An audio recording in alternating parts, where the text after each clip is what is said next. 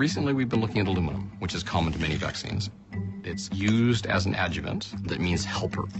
Without the aluminum, the vaccine basically does not provide any long-term protection. And so my research has looked at injectable aluminum and how it might impact the nervous system. The difference between injectable aluminum versus dietary aluminum is that aluminum that you eat is excreted fairly rapidly. Injectable aluminum, however, is meant to stick around. And that's precisely why it's there in the first place. That's what an adjuvant does.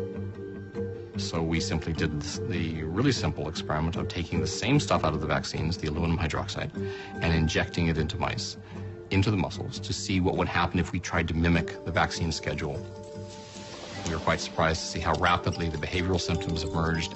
They showed not only behavioral deficits of motor function, but they ultimately showed cognitive deficits as well. And once we sacrificed the animals and started looking inside their brains and spinal cords, we found massive damage to motor neurons.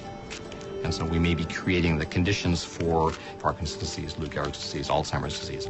Maybe not immediately, but maybe 20, 30, 40 years down the road. We had some concerns when we released the study that it might trigger a bit of a backlash. It actually triggered a lot of silence.